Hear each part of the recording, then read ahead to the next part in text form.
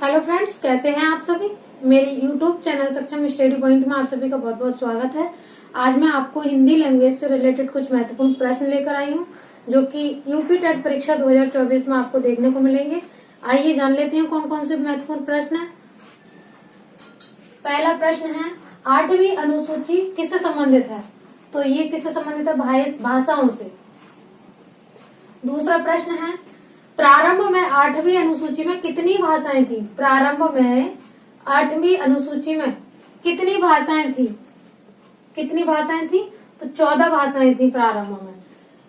तीसरा प्रश्न है, 21वां संशोधन कब हुआ था। 21वां संशोधन कब हुआ था, ये 1967 में हुआ था और इसके तहत एक भाषा शामिल की गई थी 8वीं अनुसूची में, उसका नाम है सिंधी भाषा। 1967 में कौन सा संशोधन हुआ था, 21वां संशोधन हुआ था, 21वां संशोधन, और इसके तहत सिंधी भाषा को 8वीं अनुसूची में जोड़ा गया और ये कब हुआ था, 1967 में हुआ था। चौथा प्रश्न है, 71वां संविधान संशोधन कब हुआ। तो 71वां संविधान संशोधन कब हुआ था, 1992 में हुआ था और इसके तहत 3 भाषाएं ऐड की गई थी। कितनी भाषाएं ऐड की गई थी, 3। कौन कौन सी है वो 3, कोंकणी, मणिपुरी, नेपाली। प्रश्न ऐसे भी आ जाएगा कि कोंकणी, मणिपुरी, नेपाली भाषाओं को किस संशोधन द्वारा ऐड किया गया।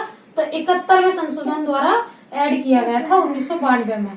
और कितनी भाषाएं ऐड की गई थी 71वें संविधान संशोधन द्वारा, 3 भाषाएं ऐड की गई थी। ऐसे भी आ जाएगा 71वां संविधान संशोधन कब हुआ, तो 1992 में हुआ है।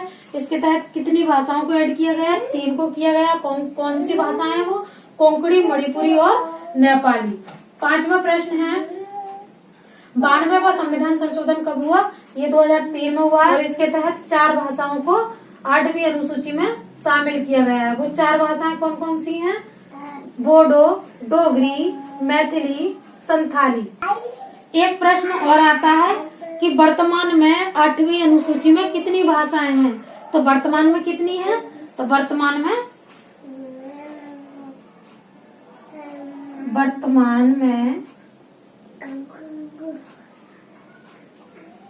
8वीं अनुसूची में कितनी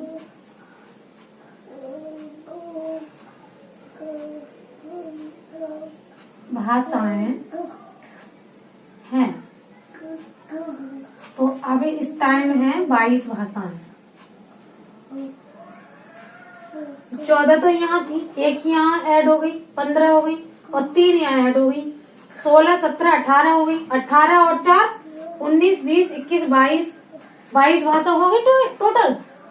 इस टाइम 8वीं अनुसूची में 22 भाषाएं शामिल हैं। हिंदी की उपभाषाएं कितनी हैं, तो हिंदी की 5 उपभाषाएं वो कौन कौन सी हैं, पूर्वी हिंदी, पश्चिमी हिंदी, पहाड़ी हिंदी, बिहारी हिंदी और राजस्थानी हिंदी।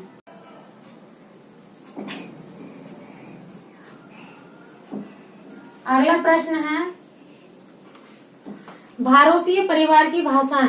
तो कौन कौन सी भाषाएं थी भारतीय परिवार में बोली जाने वाली, हिंदी, अंग्रेजी, मराठी। तीसरा प्रश्न है, मानक भाषा के अन्य नाम कौन कौन से हैं। टकसाली भाषा मानक भाषा के अन्य नाम है, इसको हम टकसाली भाषा भी बोलते हैं, आदर्श भाषा के नाम से भी जाना जाता है, परिनिष्ठ भाषा भी बोल सकते हैं इसको, साधु भाषा भी बोला जाता है, शुद्ध भाषा भी बोला जाता है। ये टकसाली भाषा के ही अन्य नाम हैं। कैसे भी आ जाएगा, टकसाली भाषा आ जाए, आदर्श भाषा आ जाए, परिनिष्ठ भाषा है, साधु भाषा, शुद्ध भाषा। हमारी हिंदी भाषा क्या है, मानक भाषा है। अब प्रश्न आता है, हुमायूनी और गढ़वाली। हुमायूनी और गढ़वाली कौन सी उपभाषा के अंतर्गत आती हैं, तो ये आती है पहाड़ी के अंतर्गत आती है। पहाड़ी ये उपभाषा है, पहाड़ी उपभाषा।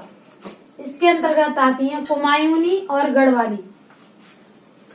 अवधी, बघेली और छत्तीसगढ़ी किसके अंतर्गत आती हैं? किसके अंतर्गत बोली जाने वाली भाषाएं ये? पूर्वी हिंदी के अंतर्गत, पूर्वी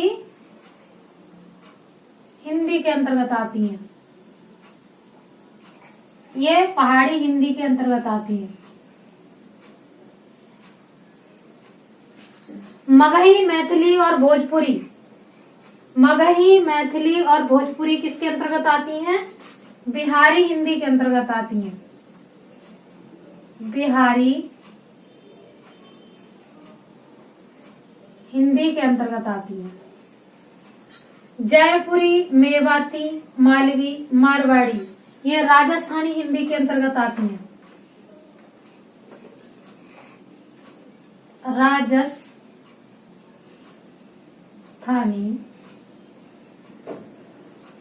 हिंदी के अंतर्गत। हरियाणवी, खड़ी बोली, ब्रज, बुंदेली, कन्नौजी ये किसके अंतर्गत आती हैं? पश्चिमी हिंदी के अंतर्गत।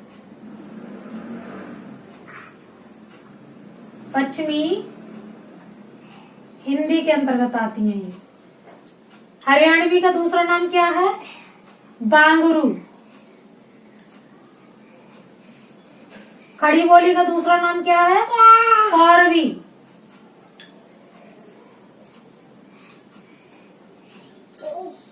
तो पश्चिमी हिंदी के अंतर्गत कौन कौन सी भाषाएं आती हैं? हरियाणवी, खड़ी बोली, ब्रज, बुंदेली, कन्नौजी। अब मैं आपको प्रश्न करवाऊंगी, उसमें से आपके देखते हैं आप उनमें लगा पाओगे कि नहीं।